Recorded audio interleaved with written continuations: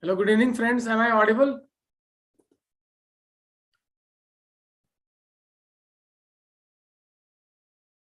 So let us begin daily answer writing session. Today, since it is our Republic Day, so I have picked a topic from polity. I have picked a topic from polity, and that is the topic Republic. So I have picked an editorial. I will discuss the editorial, and then what I will do is I have picked a previous year UPSC question. Okay. And I'm going to teach you how to write a model answer using that previous year UPSC question. And if you attend today's answer writing session, okay, the polity answer writing will be like a cakewalk for you. Okay, it will be a cakewalk for you. I can guarantee that this session is going to basically give you a new look on how to write answers. That is I promise in the next 15-20 minutes you are going to learn something new today. Okay, so let me begin with the discussion on the editorial. Let me begin with the brief discussion on the editorial. I again repeat, these discussions, okay, the idea is not to teach you concepts. The idea is not to teach you concepts. The idea is to briefly discuss the editorial and then take up a question of the UPSC or the questions which I frame on the editorial and develop an answer writing approach. Develop an answer writing approach. That is the idea of these sessions. Every day at 10 p.m. I'm taking these sessions, and I have a firm belief that if you are attending it daily and if you are using it daily, okay, incremental approach will bring transformational change in your answer writing ability. So let us begin. So the question, the topic of today's editorial is the why Republic Day is celebrated. Why Republic Day is celebrated. Here, the concept of republic has been explained by the author. The concept of republic, and what the author has done, that author has basically tried to explain the difference between monarchy and republic. Difference between monarchy and republic. Okay, so we all know that monarchy is what? Monarchy is a rule where it is like hereditary rule. Okay, there is not the leader of the country or the leader of the state, okay, is not elected. It is a hereditary position. It's a like it's a one man control. Okay, one man control is there in monarchy, or it is hereditary. Okay, on the other hand, in republic, what we have is that we have an elected head. We have an elected head. Okay, so it goes on to discuss. Okay, it goes on to discuss that what is the significance of a republic, what is the significance of republic, and why Indian Constitution has not just adopted republican state, but has qualified that republic with various values like democratic, okay, democratic, socialist, secularist, and sovereign. So we have qualified the kind of republic what we are having. Okay, what we are having. So in the initial part of the editorial, the author basically says that the preamble declares India as a republic. The preamble declares India as a republic. Okay, and then what the author does, that author tries to give arguments against monarchy, give arguments against the monarchy. So author says that monarchy and republic are antithesis of each other, are opposite of each other. Okay, monarchy is basically what he says, that rule of one person rule, where it is arbitrary in nature. One person rule where the rule is arbitrary in nature. The rule is mostly hereditary. Okay, on the other hand, republic is based on rule of law. Republic is based on rule of law. So on one hand we have monarchy, which is arbitrary, which is authoritarian, where the individual rights of people residing in that state is not respected. On the other hand, we have republic, where the head is elected, where the people have some say in the governance of that state. People have some say in the governance of that state. So here the author tries to basically differentiate between these two critical concepts of polity, which is very important for your prelims. Question can come from prelims on what is monarchical form of government, what is democratic form of government, what is the difference between two. Okay, and the questions can come from prelims also. Then what the author says that, okay, we have qualified the republic in the preamble. We say that Indian Republic is what? Socialist. It is secularist. Okay, it is sovereign. It is democratic. Okay, so it goes on to say that although we have adopted republic, but what is the need to qualify this republic as a democratic republic? And the author goes on to explain what is democracy, why democracy is important, okay, and why democratic republic is important, and how it protects the individual's rights and liberties. So let us try to frame one question. I have framed one question, not framed, basically I have taken a question of the UPSC. I have taken a question of the UPSC, and I will show you how to write an answer to that question. I will show you how to write an answer to that question. So let me just read the question to you, which has come in the UPSC. It has come in the UPSC. Okay, the question goes like this. Okay, question goes like this. What do you understand by the republic? Discuss each and every adjective attached to the word republic in the preamble. And then the third part says that, are they defendable in the present circumstances? So what the question says, what is republic? Okay, so we all know, we have known like what is republic. We have to define in the introduction. We will define republic. Okay, and then what the question says that, discuss each and every adjective attached to the word republic. So what are the adjective attached to republic? What we'll do is that first in the introduction, we will try to define republic. We'll try to define republic or republican form of government. We'll try to define in one line or two line, and we can say here that India has adopted a republican form of state in the preamble. We can say that. And then the second part says that, discuss each and every adjective attached to the word preamble. Okay, so what you need to do is, we have to in the introduction only we will tell what are the adjectives to the preamble, what are the adjectives to the word republic in the preamble, and then we make a one subheading. We'll take the first adjective. Let us take the adjective as socialist. Okay, so the question third part says that, okay, third part says, because we have to answer second part and third part together, because second part says discuss each adjective, and third part says that, are they defendable in the present circumstances? So better what? Let us take one adjective. Let us first discuss that adjective, and let us conclude, is it defendable in the present circumstance or not? Let us take socialist. Okay, let us find what we'll do. We'll first discuss what is the meaning of socialist in the preamble. See, the kind of socialism what we have adopted in our preamble, okay, is different from what socialism exists outside India. Okay, so there is a thin line of difference. We have adopted democratic socialism. So we have to discuss in 2-3 lines what is the nature of socialism adopted in the Indian preamble. Okay, then the second part which says that, is it defendable?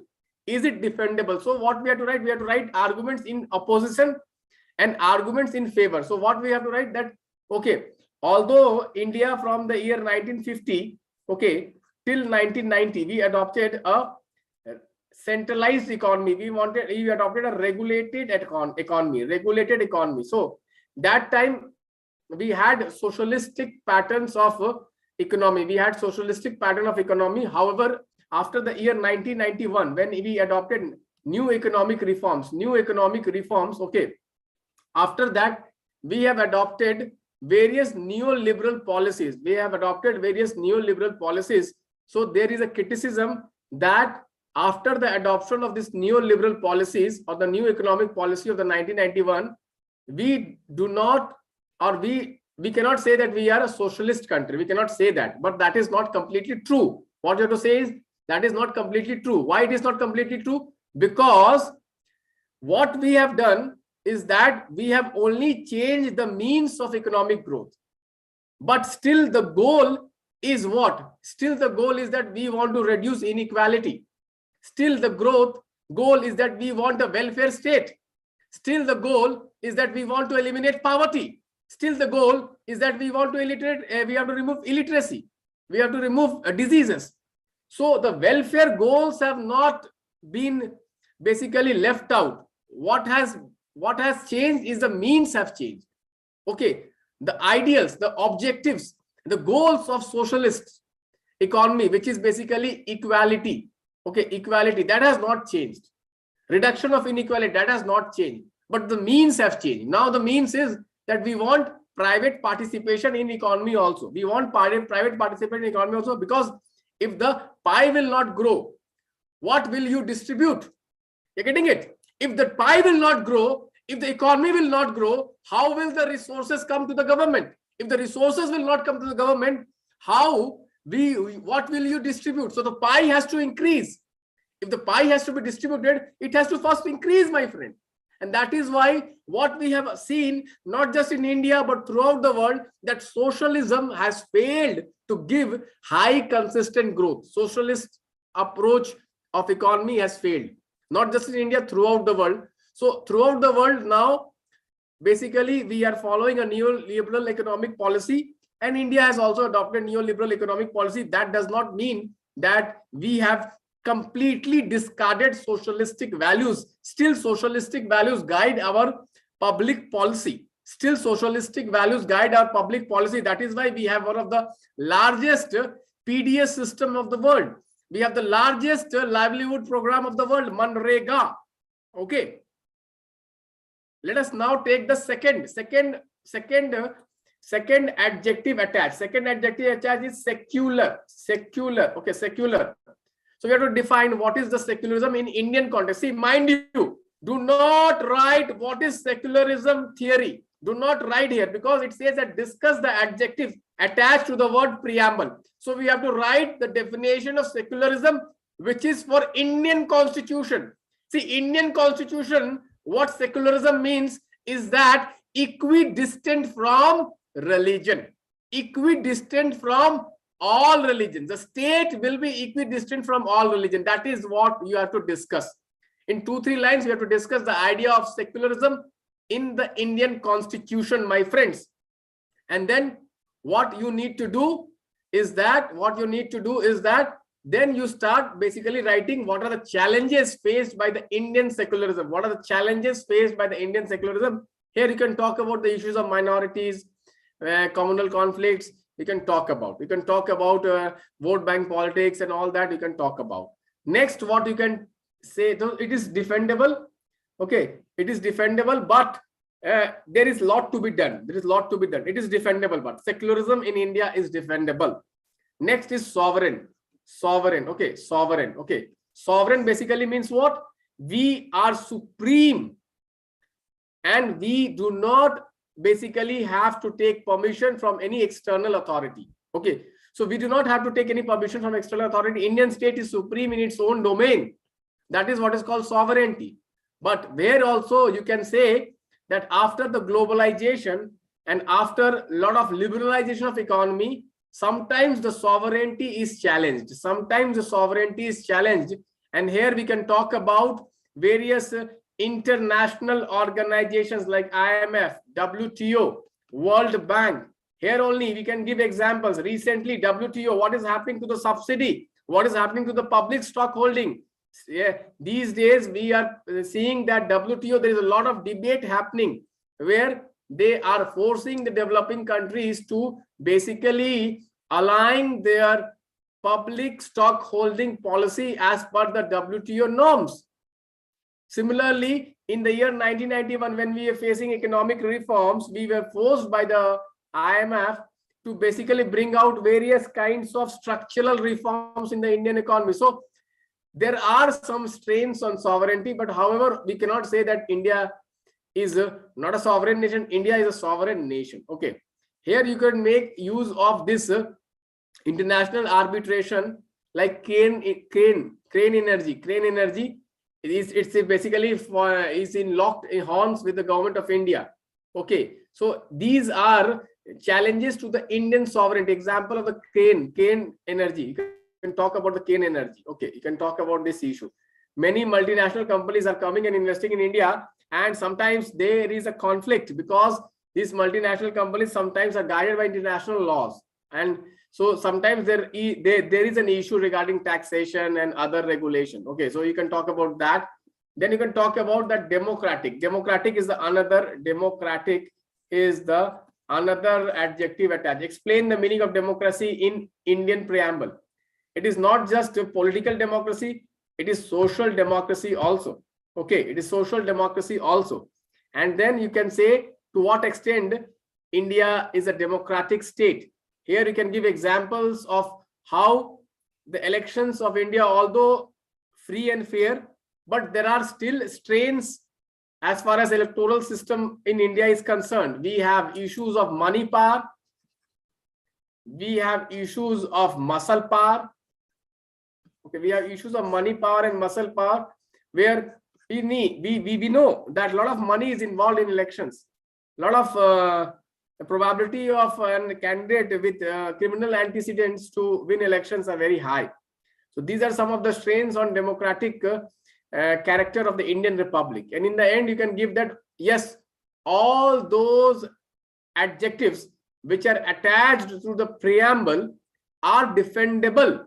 However, there are various strains, various challenges which have to be tackled through democratic reforms, through social reforms. So all that you can mention, Okay, so I hope that today's discussion on the topic of basically the Republic and the questions which I have discussed, which is a UPSC question which has come in the examination, the way I have structured the answer, like we have structured introduction, then first subheading socialist, second subheading secular, third subheading democratic, fourth subheading sovereign, and then we are writing a conclusion where we are suggesting some reforms also.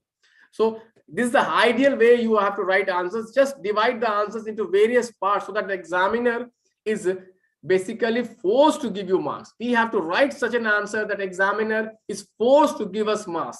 And I am going to teach you, I am going to empower you, I am going to give you all these skills of right answer writing, which will basically make your answers so great that examiner will be forced to give you marks. Okay, so if you like this session, please hit the like button, please share with your friends. Okay, let us try to make an aim that we want minimum 1,000 likes we want, and 1,000 shares we want for each and every video. Okay, if you give me thousands like, I'm going to continue this video for the entire year, Okay, so if you want this, please share this. If you really like the quality, please share with your friends so that it is motivate me to come out with more discussions on analytical topic on various subjects, not just like polity and economy I have been taking consistently. Now I'll be taking up ethics also. Many a times aspirants are coming saying, sir, please take ethics questions also. I'll be taking ethics questions. I'll be taking geography questions. I'll also be taking science and tech questions. Okay, in future I'll be taking every subject. Okay, so please give your comment so that I look into your comments and I take it as a feedback and I incorporate those suggestions in the next session.